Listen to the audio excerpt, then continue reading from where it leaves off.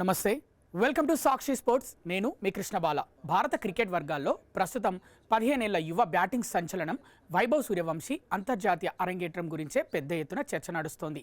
ఇటీవల జరిగిన ఐర్లాండ్ సిరీస్తో పాటు ఇంగ్లాండ్తో జరిగిన మొదటి టీ20 మ్యాచ్లోనూ ఈ యువ ఆటగాడికి ప్లేయింగ్ 11లో చోటు దక్కలేదు. దీంతో వైభవ్ను 11లోకి తీసుకోవాలంటూ సోషల్ మీడియాలో అభిమానుల నుంచి డిమాండ్ రోజుకు పెరుగుతోంది.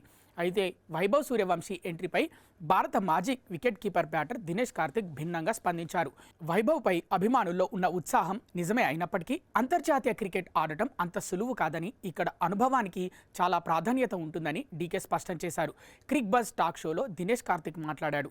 ప్రస్తుతం గడ్డు కాలాన్ని ఎదుర్కొంటున్న శాంసన్కు పూర్తి మద్దతుగా నిలిచారు. గడిచిన 3 మ్యాచ్లలో సంజు ఆశించిన స్థాయిలో రాణించలేకపోయాడు. అందుకే వైభవ్ సూర్యవంశీని జట్టులోకి తీసుకురావాలనే ఒత్తిడి పెరుగుతోంది. అయినప్పటికీ మేనేజ్మెంట్ శాంసన్కే మరికొన్ని అవకాశాలు ఇవ్వాలి అని కార్తిక్ అభిప్రాయపడ్డారు.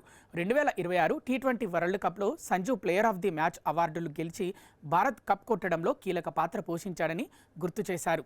ప్రస్తుతం సంజు కొంత మానసిక ఒత్తిడిలో ఉన్నాడని, ఇలాంటి క్లిష్ట సమయంలో జట్టు అతడికి అండగా నిలవడం చాలా అవసరమని అన్నాడు. వైభవ్కు భవిష్యత్తులో ఆడేందుకు చాలా సమయం ఉందని డీకే చెప్పాడు. ఒకవేళ మేనేజ్మెంట్ గనుక యువ సంచలనం వైభవ్ సూర్యవంశీకి తుది జట్టులో అవకాశం ఇవ్వాలని భావిస్తే ప్రస్తుతం ఆడుతున్న ఓపెనర్ అభిషేక్ శర్మ లేదా వికెట్ కీపర్ సంజు శాంసన్లలో ఒకరిని పక్కన పెట్టక తప్పదు. సంజు IPL 2026లోనూ వరల్డ్ కప్లోనూ అద్భుతమైన ప్రదర్శన చేసినప్పటికీ గత 3 మ్యాచ్లుగా ఘోరంగా విఫలమవుతూ వస్తున్నాడు. అయినప్పటికీ సంజు లాంటి మ్యాచ్ విన్నర్ను ఒక్కసారిగా జట్టు నుంచి తొలగించడం సరికాదని, వరల్డ్ కప్ లాంటి హై ప్రెషర్ మ్యాచ్లలో రాణించిన అనుభవం అతడికి ఉందని క్రికెట్ విశ్లేషకులు కూడా భావిస్తున్నారు.